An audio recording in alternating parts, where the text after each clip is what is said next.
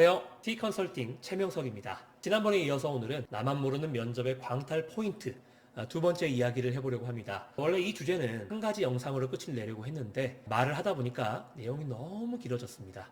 자, 그래서 어쩔 수 없이 오늘 두 번째 영상을 촬영하게 됐는데요. 지난번에 우리가 함께 이야기했던 거 기억나시나요? 면접관에게 설득력을 줄 수 있는 발성의 방법, 그리고 그러한 발성을 하기 위해서는 얼굴 근육을 활용해야 된다. 눈썹, 입꼬리, 텐션 이렇게 말씀드렸죠. 자, 혹시 지난주의 내용이 궁금하신 분들은 바로 위쪽에 이 링크에 들어가 보시면 다시 한번 명확하게 숙지를 하실 수 있을 거고요.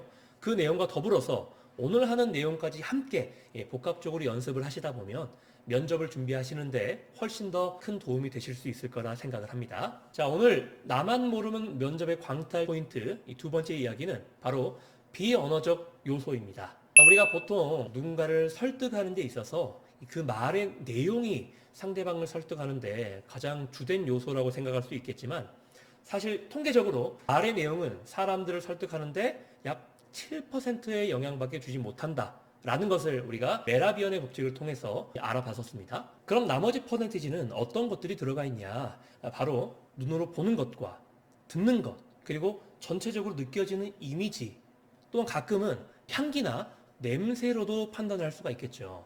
그러니까 이 사람을 설득하는데 가장 큰 요소라고 할 수 있는 것은 바로 우리의 오감으로 느낄 수 있는 모든 것들을 통칭한다고 볼 수 있는 겁니다. 그렇기 때문에 우리가 보통 이 첫인상이 중요하다라고 많이 이야기를 하잖아요. 면접관에게도 내게 보여지는 첫인상이 정말 중요하다고 할 수 있습니다. 그렇기 때문에 오늘 함께할 이 비언어적인 요소는 면접관을 설득하는 어떤 자기소개서나 1분 자기소개 또는 지원 동기 이런 내용을 준비하는 것만큼 정말 중요한 요소라는 것을 아실 수가 있겠죠. 자, 우리가 비언어적인 요소라는 것은요, 말로 하지 않지만 언어를 사용하지 않고도 뭔가 암시를 한다거나 지시를 하는 것, 이런 것들을 비언어적 요소라고 합니다.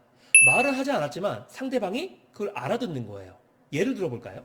우리가 보통 안녕하십니까 최명석입니다 라고 이야기를 한다고 할 때 안녕하십니까 최명석입니다 이렇게 얘기를 해버렸어요. 그러면은 사람들이 언제 박수를 쳐야 될지 약간 애매하단 말이에요. 근데 만약에 자, 안녕하십니까 최명석입니다 하고 이렇게 인사를 한다면, 먼저 말을 한 다음에 다음 행동으로 인사를 한다면 사람들은 고개를 숙이는 그 타이밍, 오디오가 비어있는 그 타이밍에 지금 박수를 쳐야 하는 거구나 라는 것을 어느 정도 인식을 한단 말이에요. 이게 비언어적인 요소입니다. 보세요. 안녕하세요. 반갑습니다. 이러면은 언제 박수를 쳐야 될지 애매하잖아요. 듣는 사람들도 애매해서 가만히 있어버리고 인사를 한 사람도 왜 박수를 안 주지 해가지고 민망한 거예요. 근데 만약에 안녕하십니까? 반갑습니다. 이렇게 인사를 하게 되면 사람들은 이렇게 고개를 숙이는 그 시간이 오디오가 비게 되잖아요. 민망한 시간이란 말이에요. 어색한 시간. 그러니까 그때 지금 박수를 치면 되겠구나 라고 어느 정도는 인지를 하게 된단 말입니다. 그런 게 바로 비언어적인 요소라고 해요.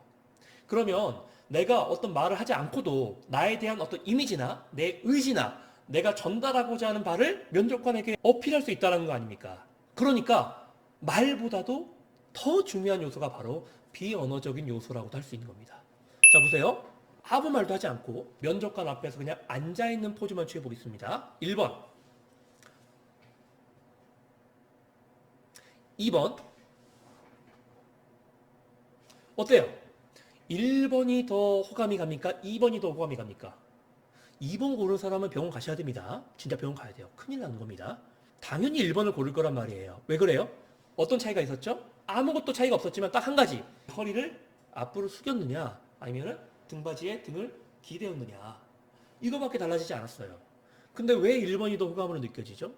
왜냐하면 우리가 비언어적인 요소라고 할 때 허리를 앞으로 굽히는 것은요, 일반적으로 나는 당신을 존중합니다 라거나 난 당신에게 호감이 있습니다, 또는 이 면접장 안에서는 나는 반드시 이 회사에 들어가고 싶습니다, 또는 나는 당신에게 정말 잘 보이고 싶습니다, 그래야 합격할 수 있으니까요 라는 말을 대신 전달해주고 있는 거죠.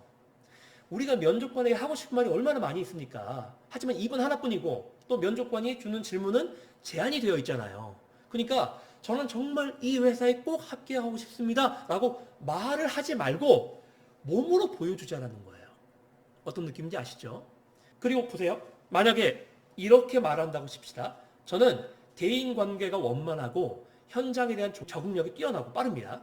이런 얘기를 한다고 할 때 1번 네, 저는 대인관계가 원만하고 현장에 대한 적응력이 굉장히 빠르다고 자부합니다. 2번 네, 저는 원만한 대인관계력이 있고 현장에 적응하는 능력이 탁월합니다. 사람들과 소통을 잘합니다.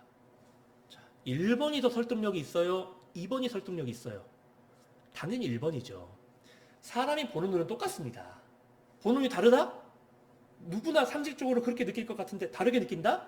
문제가 있는 겁니다. 굉장히 사회성이 결여되어 있거나 지금 정신적으로 굉장한 극도의 스트레스 상태이거나 비정상적인 행동을 하는 거죠. 비언어적인 요소는 정말 이렇게 중요합니다. 내가 말을 하지 않고도 면접관에게 3번, 4번 그 말을 반복해서 강조하는 것 이상으로 면접관을 훨씬 더 잘 설득하고 있습니다. 자, 그래서 면접관이 보통 이렇게 얘기하잖아요. 나는 저 사람 딱 보면 알아. 딱 보면 괜찮은 사람이 괜찮지 않은 사람인지 알아. 그럼 뭘 보고 결정한 거예요? 한마디도 나누지 않았는데 바로 이 사람의 모든 전체적인 그리고 복합적인 이미지를 보고 비언어적인 요소를 보고 평가를 하게 되는 거죠. 그럼 면접관은 왜 이 언어적인 요소보다도 비언어적인 요소에 더 큰 비중을 두게 되는 걸까요? 왜냐하면 이 비언어적인 요소는 면접 때 반짝 또는 잠깐 연습한다고 해서 고쳐지는 게 아니기 때문이죠. 근육의 문제이기 때문이 그렇습니다.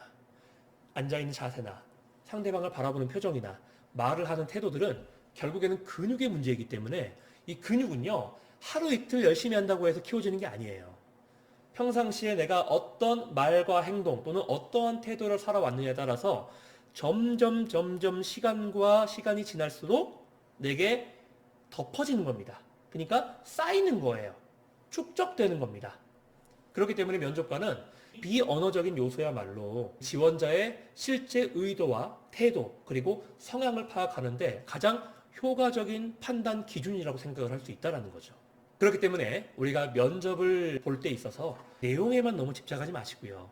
그 내용이 정말 그럴듯하게 들릴 수 있게끔 면접관이 뭔가 설득될 것 같은 그런 느낌을 함께 복합적으로 줘야만 우리 지원자들이 원하는 그런 결과를 얻을 수가 있다는 거죠. 자, 오늘 나만 모르는 면접의 광탈 태도 두 번째 비언어적인 요소에 대해 함께 공부해 봤습니다. 자, 이런 내용들은 사실 말을 하는 지식적인 수업만으로는 명확하게 전달이 되기 힘들 수 있습니다. 그렇기 때문에 혼자 연습을 하다가도 주변에 정말 약간 신뢰할 만한 사람이나 편하신 분들에게 여러 가지 조언도 구하면서 계속해서 다른 사람들과 상호작용을 하면서 내게 가장 어울리는 가장 적합한 이미지 그리고 비언어적인 요소를 습득하실 수 있었으면 좋겠습니다.